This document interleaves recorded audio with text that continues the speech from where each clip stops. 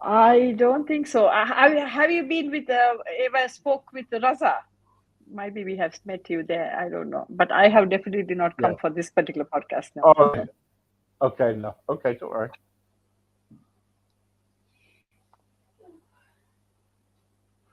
Good afternoon, people. Good afternoon. Welcome, welcome. I hope everybody is well. We're live. Yes, we're live in the UK. I tell you what, it's not very good here at the moment with the weather and everything. It's really terrible. But hey, who cares, eh? Because I'm indoors, I'm not going to get wet. And anyway, so we've got some fabulous guests today. We've already had a couple today. And what do they call you, Doctor? They call you Doctor Manica? You can just call me Menaca. It's a long name. Pothalingam is my surname. Yeah, Okay. Okay, so you are an actual doctor, yeah, and dentist. and dentist, right? Okay. And how long did you kind of like do dentistry then? Just under 30 years. 30 years, gosh, 30 years. 30 years. I need my teeth sorting out. Oh, it's horrible. They are. Anyway, so when you kind of like, why the dentist? Why? It could be something else. Why do you want to look at people's veneers or their teeth or? Well, just to give a bit of a backdrop, my father is a doctor, and he thought it's a good idea. And a lot of girls or daughters get influenced by what what the parents say, I guess. Um, and I had this phobia about blood when I was very young, and thought dentistry was a better option, and family friendly hours or sociable hours, you would call it. Um, and I think it was just the seed was put in my head in the right time, in the right place, and I decided I want to become a dentist from young, around 10 years. I think when I decided I want to become a dentist, I am a people person, and I like to work with people. Connection is one of my prime values, and I would want to do something to make people better. I think one of my motto is to leave this place better than I found, including people or places. So I think dentistry was a good choice at the time. Yeah, yeah, yeah. Well, at least it makes people smile again, doesn't it? You know what I mean? And happy again. I don't. I never like used to like going to the dentist. I never You're used not to like allowed. it. Oh, it's horrible.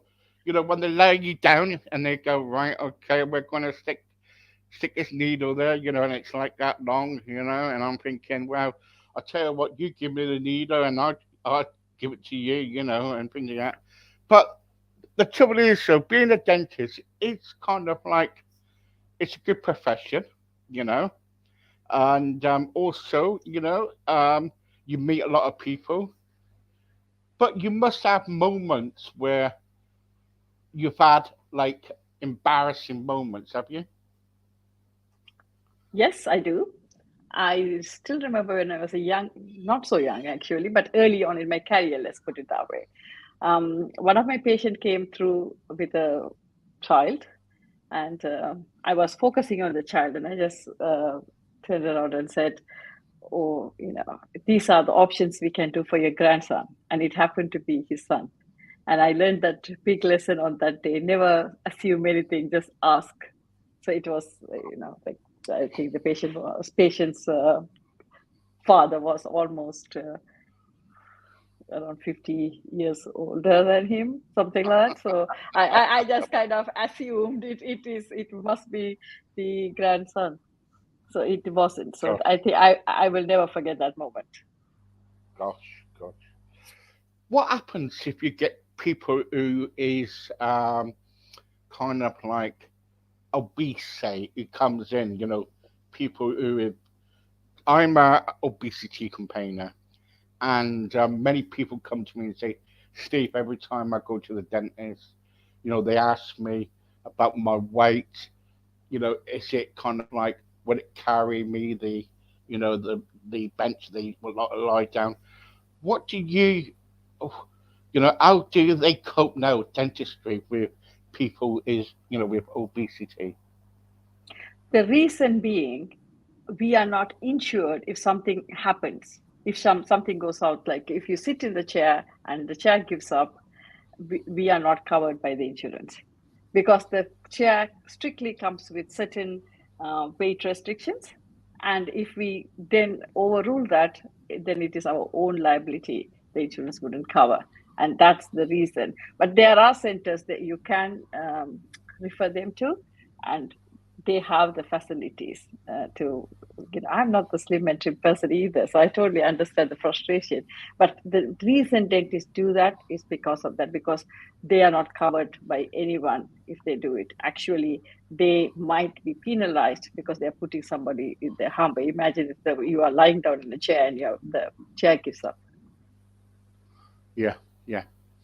Um, you must in your kind of like 30 years, you must seen some awkward things, bad things that you had to deal with the teeth and everything. You know, can you talk to me about it? I think people get aggressive, people get upset, people get, because you're um, getting delayed or you can't do the treatment then and there. Because I used to do emergency dentistry for a long, long time as well on weekends and bank holidays.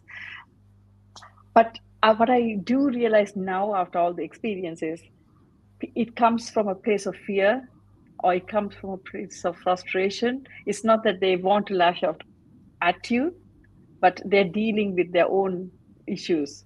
And that's Mm, how people have a different ways of coping mechanisms. Unfortunately, that is theirs. And I think knowing that and understanding this has really helped. I think anywhere in healthcare, to be fair, like even doctors, dentists, any, it's the same problems because you have to sometimes wait. Doctors and dentists do run late, and sometimes we can't do all the treatment on that day. People sometimes come expecting everything is going to be sorted out then and there. It doesn't, and I think managing the expectation is the issue. And mm, sometimes now, at least in our practice, we tell them when they come, yes, this is the exam appointment. The dentist will have a look at you and tell you what the problem is. The rest, we cannot guarantee anything else. They will tell you what will happen going forward. So I think managing the expectation from the word go can help. And we also mm, say sometimes, unfortunately, dentists do run late. You could be there. So if you have another appointment very close to that, might be it's best to rearrange. yeah.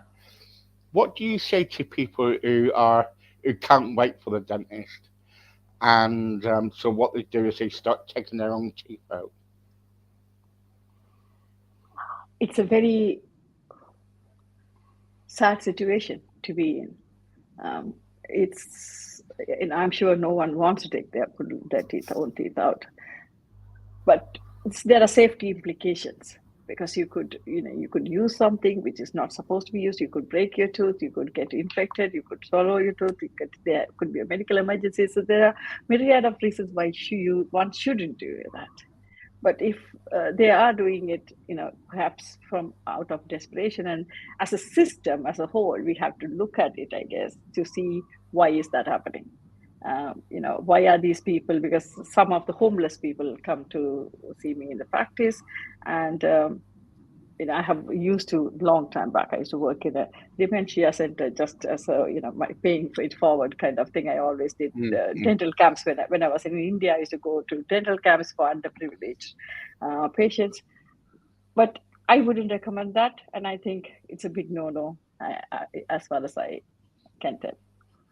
Right. Okay. So I've got a question here Yeah. from Barbara, and she's Okay. saying, "Hi, Steve.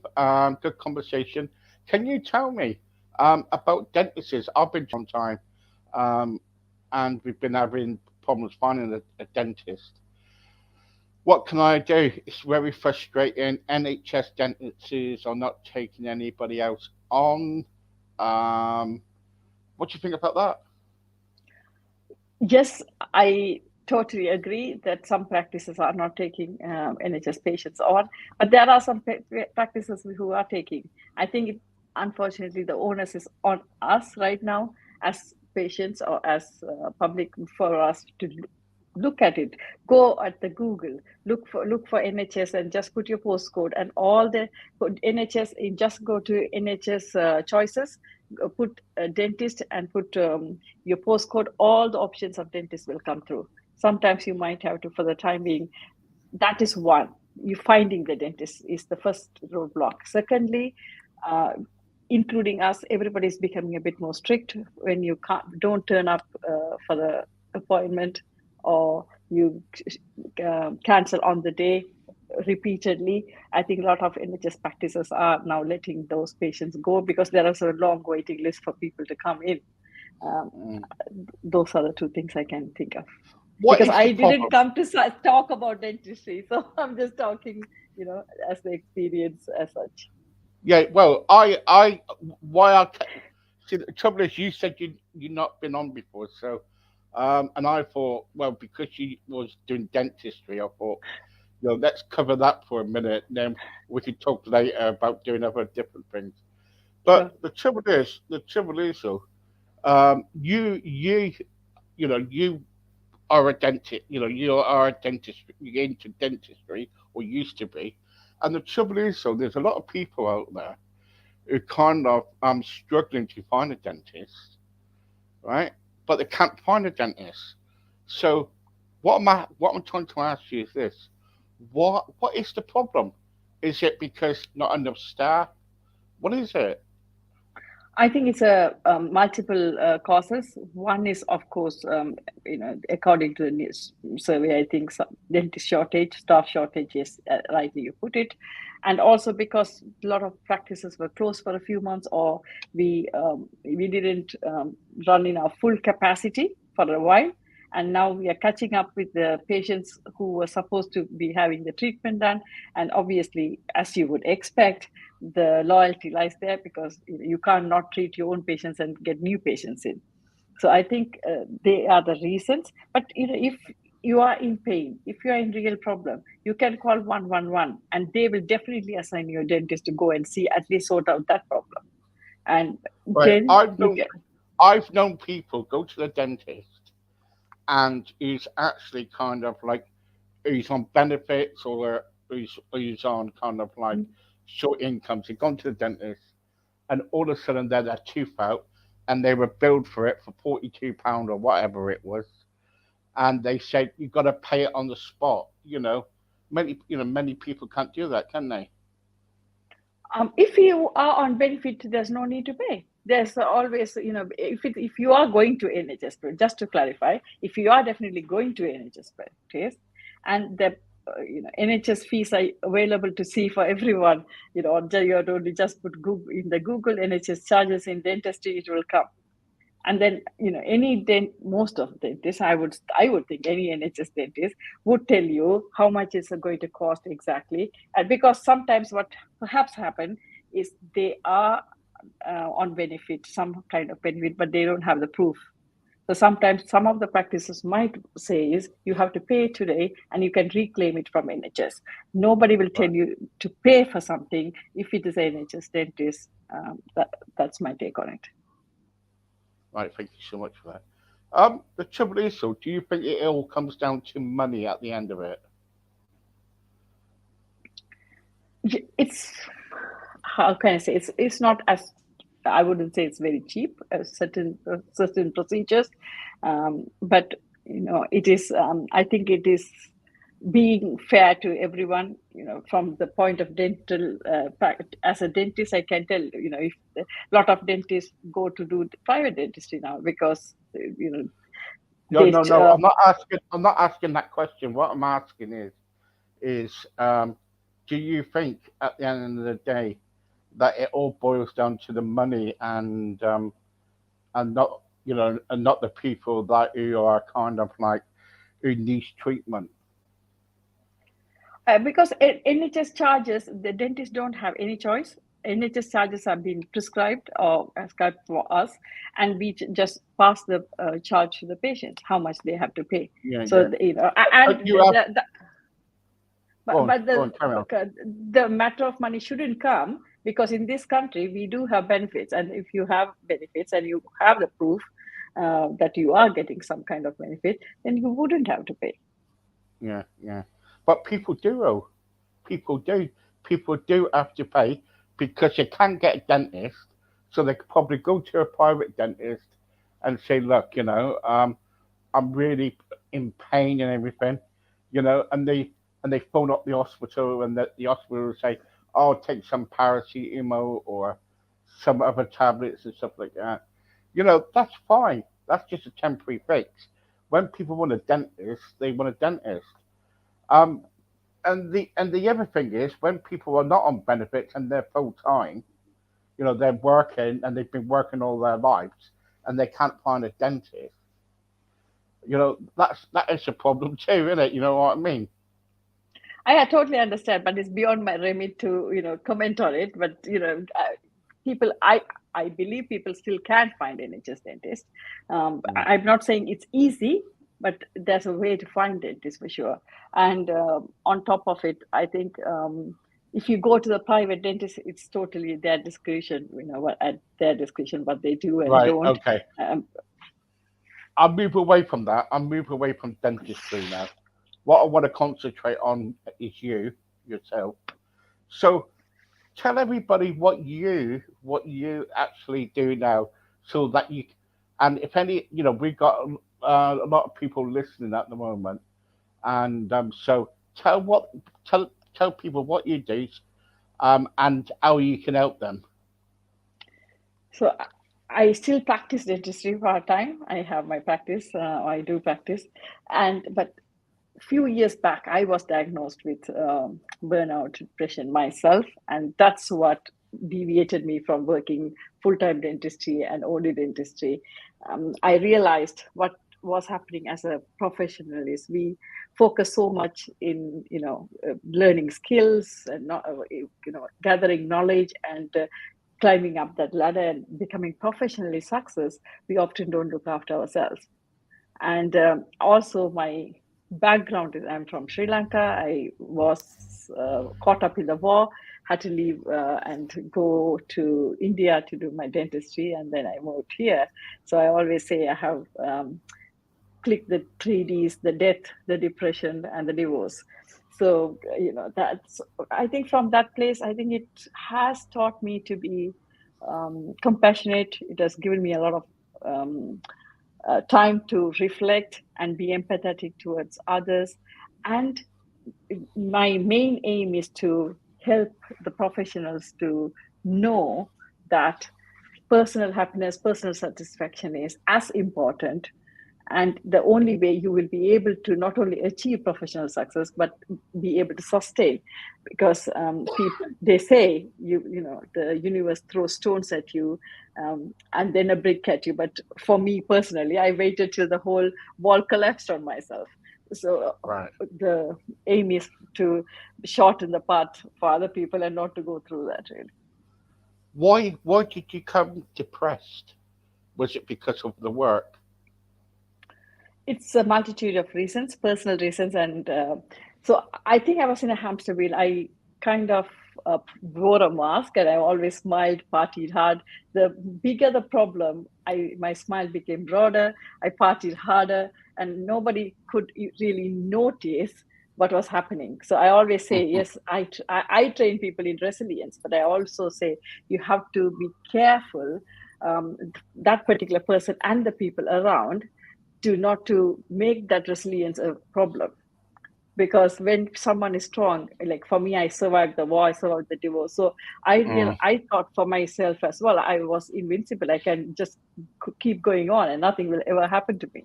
And people around me, I guess, had high expectation from me as well in the meantime. So I think it was because I kept taking more and more responsibilities, and at some point it had to give. And for me, the burnout and depression, I would say, was the wake up call. It had to happen for me to change course. Yeah, yeah. You probably were in a melting pot, and and it was boiling and boiling and boiling until it tipped over, and probably, um, your divorce didn't help you, did it? Really? I wouldn't blame it on my divorce, to be fair. I think it's a No. multitude of reasons. No, I mean, it is what it is. It is how I wish I knew that I had to take time off and reflect and not add too many things into my pot. I don't think I can blame it on any particular thing, like my profession or my divorce, because divorce happens to a lot of people. It is up to us how we then learn to manage that situation. And we all have choices, and sometimes we have to take time off and say, okay, fine, I cannot go at this speed, I have to slow down. And that's what we do, right? Even if it's a bad weather, we are told to put the brakes and just slow down, or take a break and take rest and go to a service station. In life it's the same, but we don't somehow do it. That I think that's Yeah, more yeah, of a issue. yeah. How long was you married for? You don't 10 have to years. tell me. 10 years. 10. That's good, isn't it? 10 years. Yes. No complaints. No complaints. I don't have anybody to blame. I absolutely have nothing to blame. I think I take full responsibility, and I think that is the first best place to start with, I think. Right. Okay. All right. Okay. Good. Good. Um. So So you kind of like went through a bad time, depressed. Then all of a sudden you thought to yourself, right, what I'm going to do, I want to help other people, you know, and you start, and because you do a podcast, don't you? Yes, I do.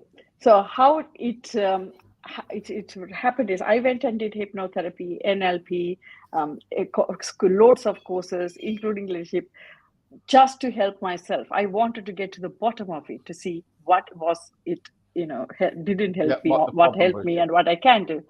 And when I came on the other side, then I went back and trained in hypnotherapy, trained in NLP, trained in leadership, trained in wellness with Stanford University. I already had because I used to train dentists. So I had a, training, teachers training, postgraduate certificate anyway. So with all that, then I thought, okay, fine. You know, yes, I went through this and I learned it. Perhaps my purpose is now to make sure that I help other people not to go through the same thing. And Mm, I mm. always say, I know what you should do, but more importantly, I know what you shouldn't do. Perhaps that's more important. Coming back to your second thing, yes, I do have a podcast. I mean, I talk call it a talk show. It's on Sundays.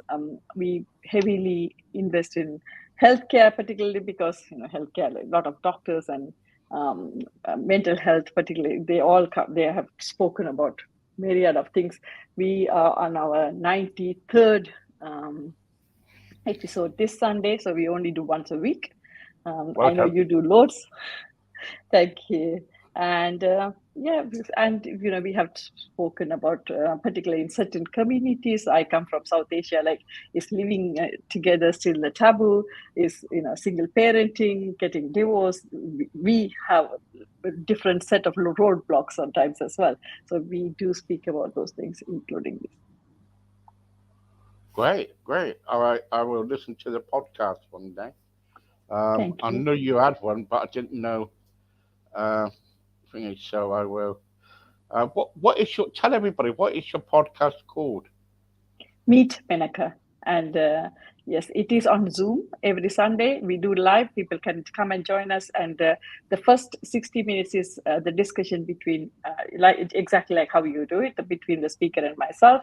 But after that, the 30 minutes, the audience can ask any questions to the speaker themselves.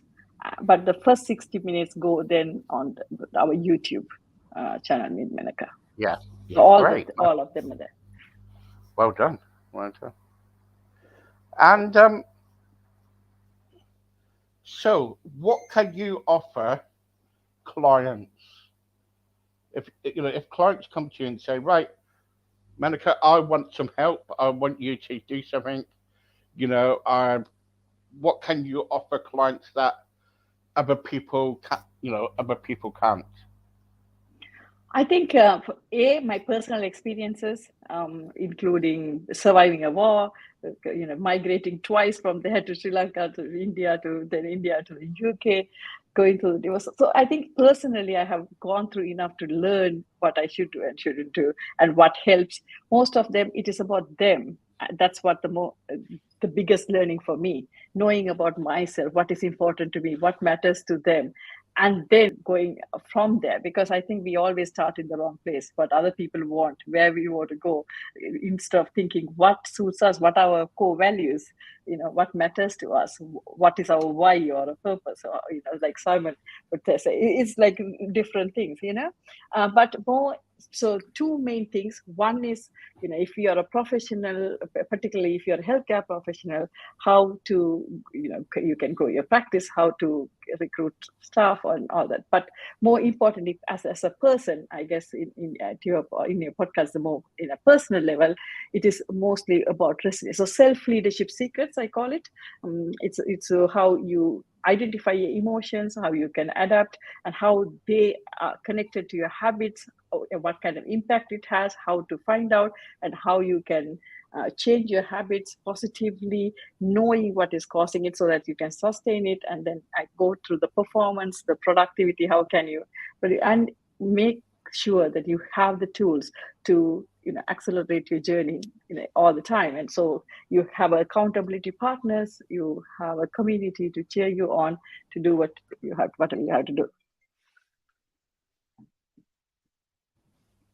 Really good. And if anybody wants to contact you and wants to join you, how do they do that? I'm on Facebook. It's Dr. Menaca Pothalingam. I have a page. I'm on Instagram with the same name, LinkedIn, Menaca Pothalingam again, or my YouTube is Meet Menaca, or I have I'm just starting another channel called Menaca Pothalingam. That's it. Brilliant. Really Thank good. you. God, that was quick. Thank you so much. Well, there you go, guys. Thank you so much for coming on, and hopefully we'll speak again on a subject that you know anyway. Anyway, so Thank you thank so you very much for much. the opportunity. Thank you so much for the opportunity. And thank you for everyone who was listening in. Thank you. Bye bye for now. Bye. Bye bye. Bye bye.